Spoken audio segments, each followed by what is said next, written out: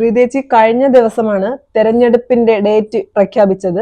കേരളത്തിൽ 2 ഘട്ടങ്ങളിലായിട്ടാണ് തെരഞ്ഞെടുപ്പ് ഉണ്ടാവുക. ഡിസംബറിലാണ് തെരഞ്ഞെടുപ്പ് നടക്കാൻ പോകുന്നത്. കോൺഗ്രസിന് നമ്മൾ നോക്കുമ്പോൾ തെരഞ്ഞെടുപ്പ് പ്രഖ്യാപിക്കുമ്പോൾ തന്നെ അല്ലെങ്കിൽ തെരഞ്ഞെടുപ്പ് തീയതി പ്രഖ്യാപിച്ചു കഴിഞ്ഞപ്പോൾ ഏകദേശ സ്ഥാനാർത്ഥികളുടെയൊക്കെ കാര്യത്തിൽ ഒരു തീരുമാനം അല്ലെങ്കിൽ സ്ഥാനാർത്ഥികളെയും കൂടെ അവർ പ്രഖ്യാപിച്ചു കഴിഞ്ഞു.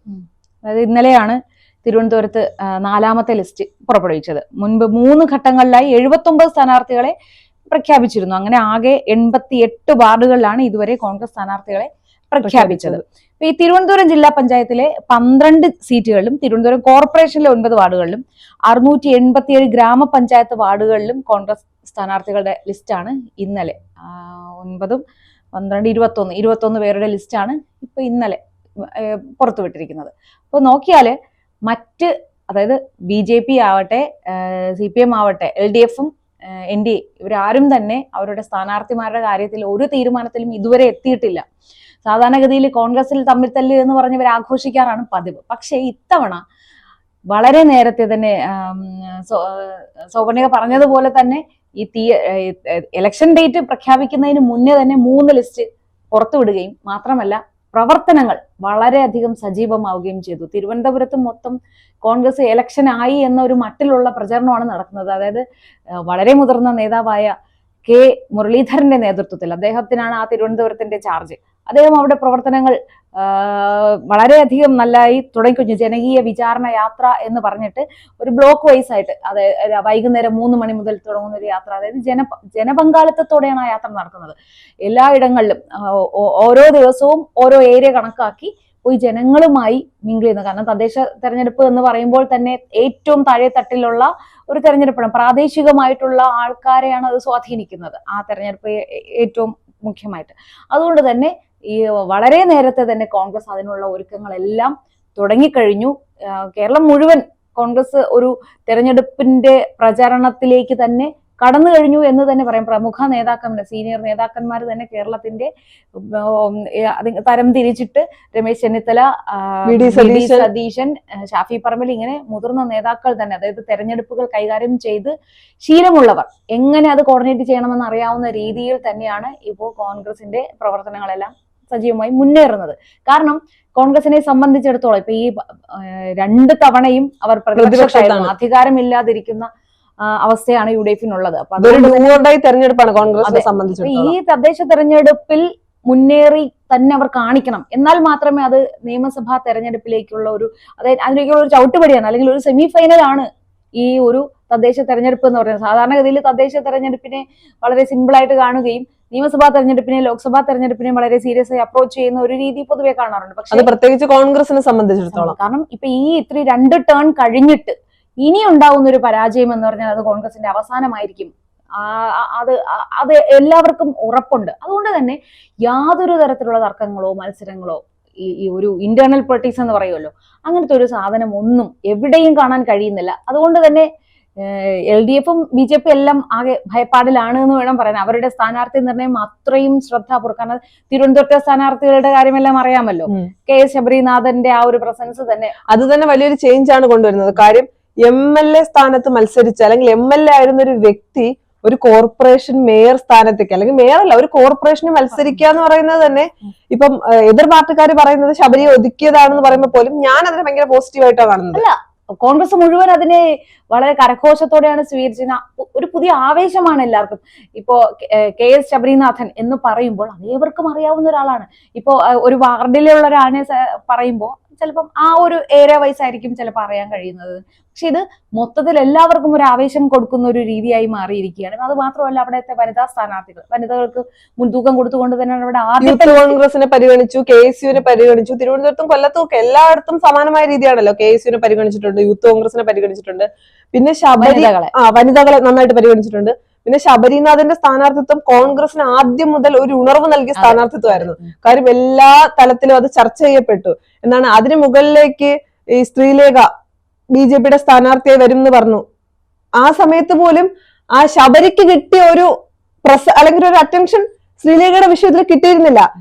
ഒരുപക്ഷെ ആദ്യം BJP ആണ് ഇത് പറഞ്ഞിരുന്നെങ്കിൽ ചിലപ്പോൾ ഒരു മാറ്റം വരുമായിരുന്നു. പക്ഷെ തിരുവനന്തപുരത്തിന് ശബരിനാഥ് ഒരു സ്ഥാനാർത്ഥിയായി വന്നപ്പോ അത് വലിയ മാറ്റം കൊണ്ടുവരാൻ കഴിയും, അല്ലെങ്കിൽ അത് വലിയ ചർച്ചയായി. അത് കോൺഗ്രസിനെ സംബന്ധിച്ചിടത്തോളം ഒരു പോസിറ്റീവ് ആയിട്ടുള്ള കാര്യം തന്നെയാണ്. പിന്നെ ഞാൻ പറഞ്ഞതുപോലെ ഒരു MLA സ്ഥാനത്തിരുന്ന ഒരു വ്യക്തി യൂത്ത് കോൺഗ്രസിന്റെ ഉപാധ്യക്ഷനായിരുന്നു, സ്പീക്കർ ആയിരുന്ന കാർത്തികേയന്റെ മകനായിരുന്നു. അങ്ങനെ ഒരുപാട് രീതിയിൽ ശബരിക്ക് തിരുവനന്തപുരത്തുകാരനാണ്. ശബരി പറഞ്ഞല്ലോ എവിടെ പോയാലും ഞാനൊരു തിരുവനന്തപുരത്തുകാരനായിരിക്കും. അപ്പൊ അത്രയും തിരുവനന്തപുരത്തുകാരെ അറിയാവുന്ന ഒരു സ്ഥാനാർത്ഥിയാണ്.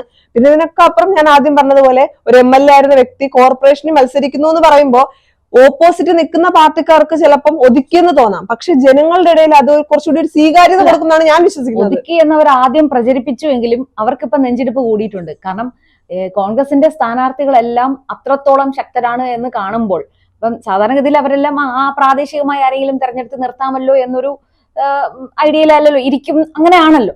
പക്ഷെ ഇപ്പോ മത്സരം കടുക്കും എന്ന രീതിയിലുള്ള ഒരു ധാരണ വന്നതുകൊണ്ട് തന്നെ എല്ലാവരും സ്ഥാനാർത്ഥി നിർണയത്തിൽ വളരെയധികം ആലോചിച്ചു മാത്രമേ അവരുടെ BJPയുടെയും LDFന്റെ ആയാലും സ്ഥാനാർത്ഥികളെ അവർ തീരുമാനിക്കുകയുള്ളൂ എന്നുള്ള കാര്യത്തിൽ ഉറപ്പാണ്. അപ്പൊ അവരെ ജില്ലാ ഭാരവാഹികളെയോ അങ്ങനെയൊക്കെ അവരെ ഇങ്ങനെ തപ്പിക്കൊണ്ടിരിക്കുകയാണ്. കാരണം കാരണം അവർക്കും ഇത് നിർണായകമാണ്. BJPയെ സംബന്ധിച്ചിടത്തോളം BJP വളരെ മുൻപ് തന്നെ രാജീവ് ചന്ദ്രശേഖർ സംസ്ഥാന അധ്യക്ഷനായപ്പോൾ തന്നെ മുൻപത്തെ പോലെയല്ല, വലിയ രീതിയിൽ സ്ഥാനാർത്ഥികളെ മത്സരിപ്പിക്കുമെന്നും തിരുവനന്തപുരവും തൃശ്ശൂരും ഉറപ്പായിട്ടും പിടിച്ചെടുക്കണമെന്നുമുള്ള ഒരു ലക്ഷ്യത്തോടു കൂടി അവർ നേരത്തെ പ്രവർത്തനം ആരംഭിച്ചിരുന്നു താഴെത്തട്ടിൽ.